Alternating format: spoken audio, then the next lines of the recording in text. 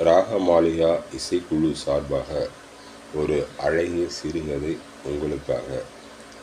கதையின் title assault. அதாவது, ஒரு அழகான ஊரில் ராமன் என்பவன் தன்னுடைய குடும்பத்தோடு வசித்து வந்தான்.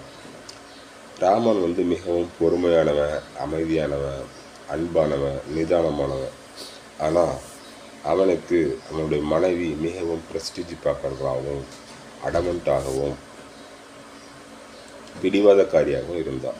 அதே போல் அவனுடைய குழந்தையும் கொஞ்சம் பிடிவாதமாக இருந்துச்சு. இருந்தாலுமே ராமன் தன்னுடைய குடும்பத்தை மிகவும் நேர்த்தியாகவும் அழகாகவும் தன்னுடைய அறிவு சார்ந்த விஷயங்களை கொண்டு மிக அழகாக நிம்மதியாக கொண்டு போய் கொண்டிருந்தான்.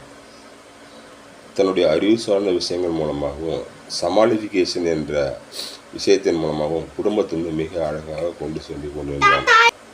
வேலையிலும் சரி, குடும்பத்திலும் சரி, பல தொந்தரவுகள் வந்தாலும் அதையெல்லாம் அவன் அசால்ட்டாக டேக்கிள் பண்ணி கொண்டிருந்தான். அது எப்படி என்று கேட்டால் 2 விஷயம்தான்.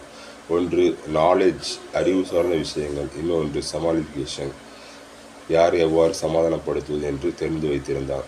அது மட்டுமல்ல, அவனுடைய குரு, ஆஸ்தான குரு, அவர் சொல்வதை அவ்வப்போது கேட்டுக்கொள்வான். அவருடைய பெயர் கிரி. இவ்வாறு தன்னுடைய வாழ்நாட்களையும் கல்லூரியில் உள்ள வேலை பார்ப்பதில் சென்று கொண்டிருந்தான். இந்த கதையை மிகவும் சுருங்க சொன்னால், தனக்கு கிடைக்கப்பட்ட மனைவி மிக பிடிவாதக்காரியாகவும், தனக்கு கிடைக்கப்பட்ட குழந்தை பிடிவாதக்காரனாகவும் இருந்தாலும் கூட, தனக்கு சரியான வேலை அமையவில்லை என்றாலும் கூட, தன்னுடைய குடும்பத்தையும் வேலையையும் அழகாக அவன் கொண்டு சென்றான். அது எப்படி? Point number 1 knowledge, point number 2 சமாளிஃபிகேஷன், point number 3 good person, point number 4 தன்னுடைய குரு கூறும் அறிவுரையை கேட்டு நடத்தல்.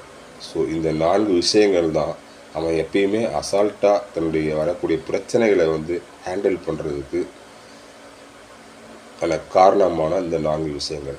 அசால்ட்டு சிறுகதையும் இந்த 4 விஷயங்கள் இதுதான். மீண்டும் ஒருவரை உங்களுக்காக கூறுகிறேன். அவன் அசால்ட்டாக தனக்கு வரக்கூடிய பிரச்சனைகளை எவ்வாறு ஃபேஸ் பண்ணுகிறான் என்றால், முதலில் நாலேஜ், 2வது சமாளிஃபிகேஷன், 3வது தன்னுடைய குருவின் ஆசீர்வாதங்கள், 4வது குட் பர்சன். ஸோ இந்த 4 விஷயங்கள் தான்.